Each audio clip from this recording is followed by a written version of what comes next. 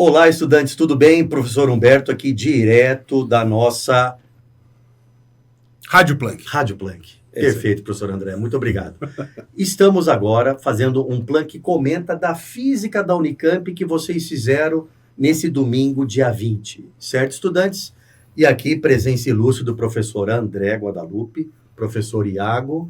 Tá? Professores, sejam bem-vindos ao Planck Comenta Física 2025 Unicamp.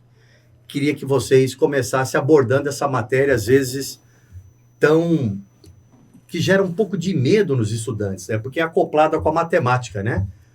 O que vocês acham? A prova foi conceitual? Teve a matemática? Professor André, por favor. Primeiro, obrigado, Humberto, pelo convite de estar aqui. Professor Iago, um prazer dividir a mesa com você. A gente trocou algumas figurinhas também com o professor Marconato, o professor Josias, né? Que dividem aí as turmas comigo na terceira série. O professor Iago divide na primeira série comigo. Foi uma prova relativamente simples, Humberto, com questões conceituais básicas, conceitos fundamentais de cada uma das áreas que eles optaram por cobrar. Certo. Difícil elaborar uma prova de física com 7 questões. É injusto também, né? É injusto. Penalizar a banca. Vai ficar assuntos importantíssimos de fora. Claro. Mas, dentro dos assuntos que eles consideraram relevantes, a nossa percepção é de uma prova simples, uma prova sem distratores, uma prova, com exceção daquela questão da gravitação, que teria uma alternativa para o aluno se confundir. Professor, os famosos muito enunciados simples. Claros e precisos? Claros, precisos, simples, curtos, sem complicação, sem conta, uma prova sem algebrismo. Eu acho que o nosso aluno não teve dificuldade para ir bem na física. É claro que a gente analisar a física pura, só a física, é uma coisa. Outra é analisar 72 questões nas 5 horas de prova. E nos transportar até 17 anos de idade. E fazendo isso com a pressão ali de ter que ir bem no vestibular, da carreira de sonho. Então tem aí uma camada de estresse, de ansiedade, de juventude, que, apesar do professor Iago ser muito jovem, já tem muitos anos aí de sala de aula. Mas nada que o estudante Planck da terceira série, feito muitos simulados, esse medo vai reduzir. E nada que a gente não se sinta absolutamente seguro de enfrentar os alunos depois da prova. Eu acho que a gente tem que olhar e o aluno fala assim, nossa, isso aqui cedeu, isso aqui eu vi, fizemos exercícios parecidos. E o aluno fala assim, na hora eu até fiquei nervoso, mas eu sei fazer. Então, maravilha. Acho que foi uma prova relativamente tranquila.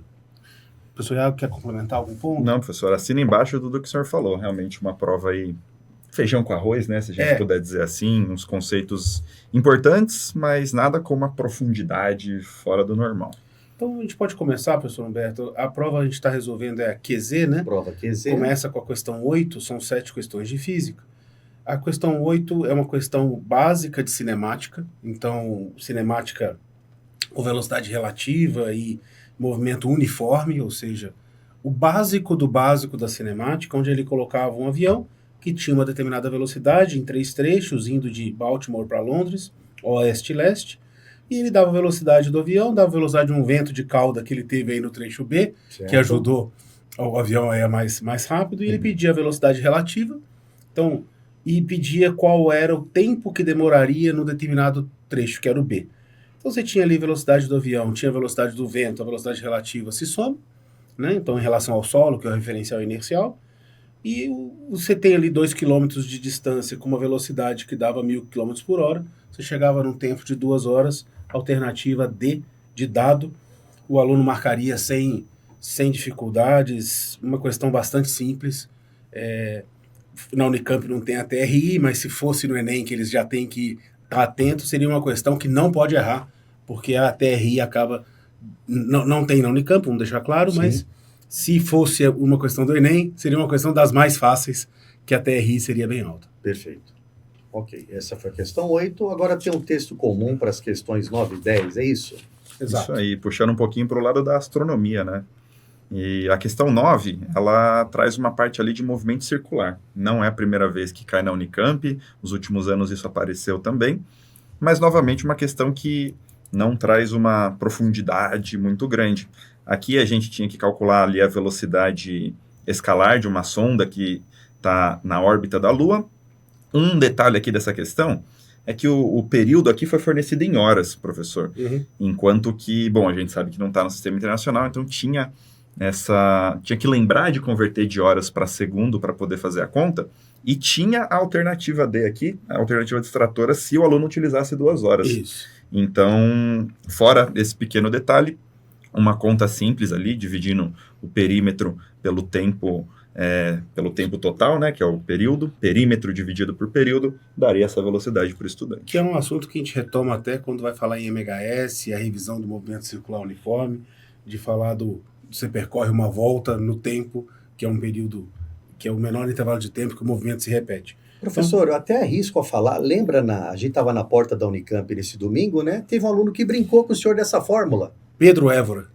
O Pedro perguntou, professor, só tenho uma dúvida, brincando, porque ele é um aluno de excelente qualidade. Eu tô arrepiado aqui, professor. E ele falou assim, só me lembra se é 2πRF. Exatamente, lembra que pode dividir pelo período. Nossa, que maravilha. E o Pedro brincou, porque é um aluno de alta qualidade, ele sabe isso super bem. Mas até na brincadeira ele está acertando, mas né? Foi, tá vendo? É um aluno de visão. Então, alternativa B, 1.540 metros por segundo, uma questão de cinemática, movimento circular uniforme, tranquilo. A 10 fazia parte do mesmo contexto, que é uma questão que eu classificaria como meio gravitação, meio segundo a lei de Newton. Exato. Ele dava ali uma questão Terra-Lua e um ponto entre o eixo Terra-Lua, aonde as forças resultantes a força resultante é nula. A força que a Terra exerce nesse ponto é igual à força que a Lua exerce nesse ponto. Perfeito.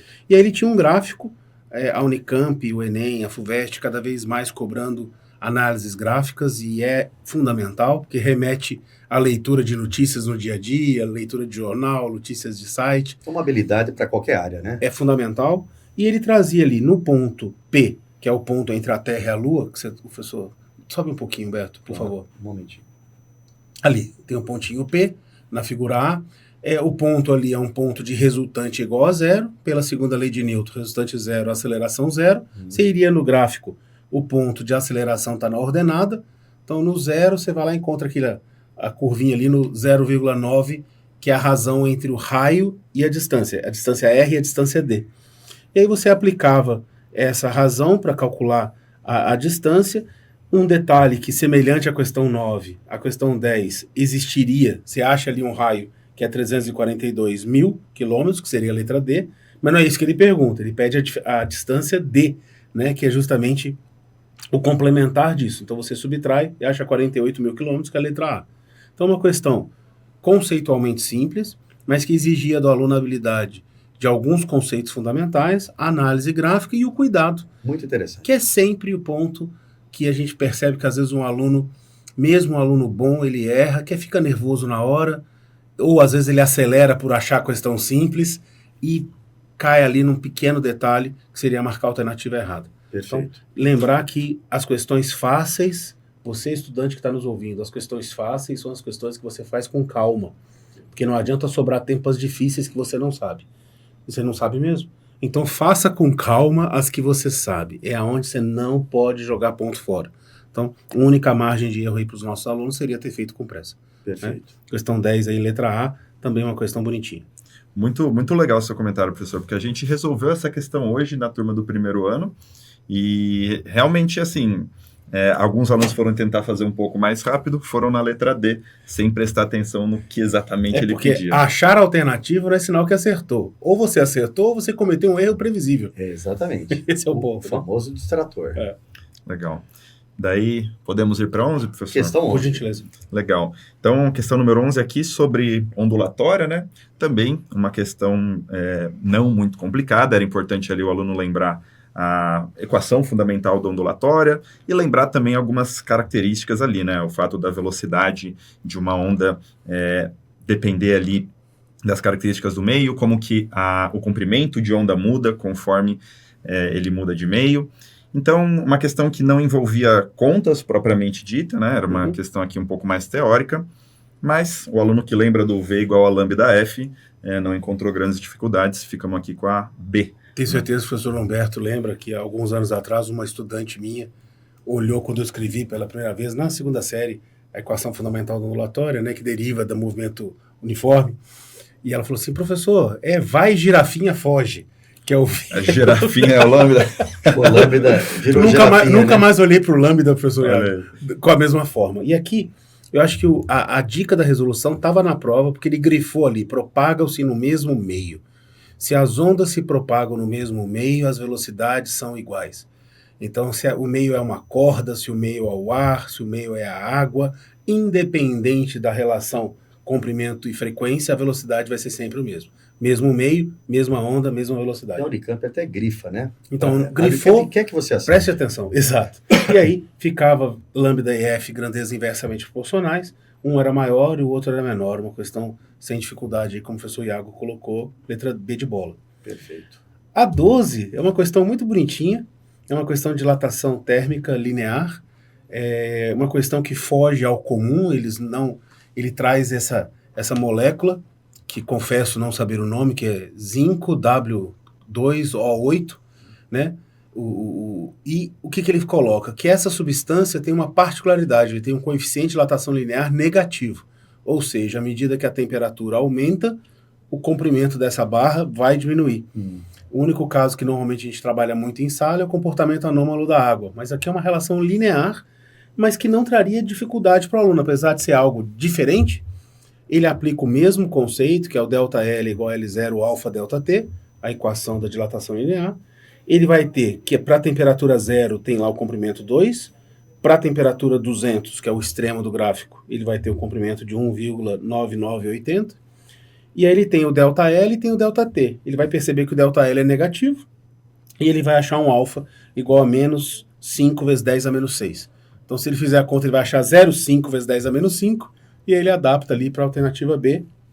Uma questão sem dificuldade, dados muito claros, sem ambiguidade no gráfico.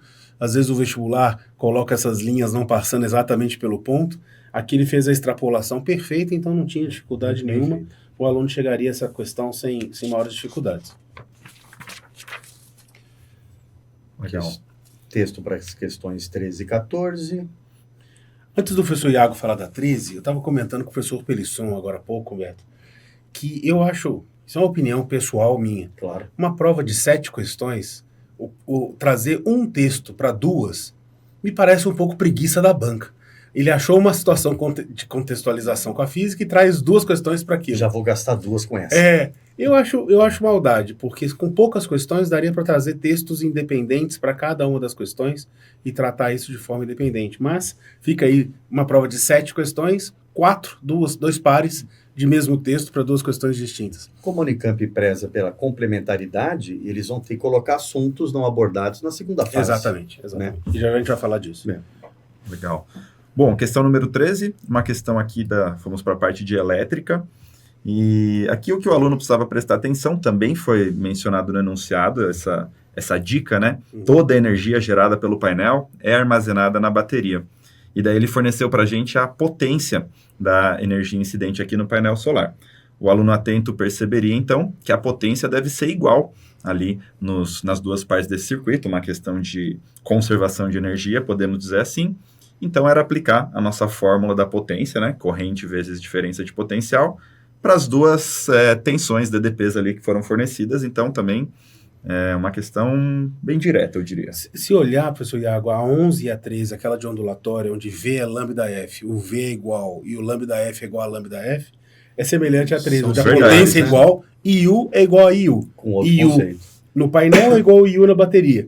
Então, você trabalha as grandezas inversamente proporcionais, algo que o professor Humberto trabalha a exaustão na matemática. O aluno não teria dificuldade de entender que quanto menor o U, maior seria a corrente. Ele daria até para eliminar algumas alternativas aqui com essa simples análise.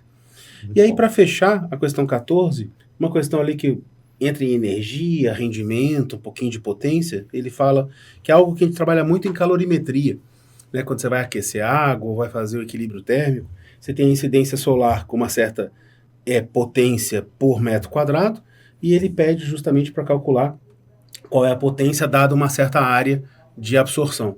Então, você aplica o conceito de incidência, potência por área, ele deu a incidência, ele deu a área, você descobre a potência sem dificuldades. Lembrar sempre de rendimento é o útil sobre o total. Então, se o total ele forneceu e você descobre, o útil ele forneceu, você descobre o total, você só faz a conta certinha, deu 460 por 2.300, então dá 0,2, 20%.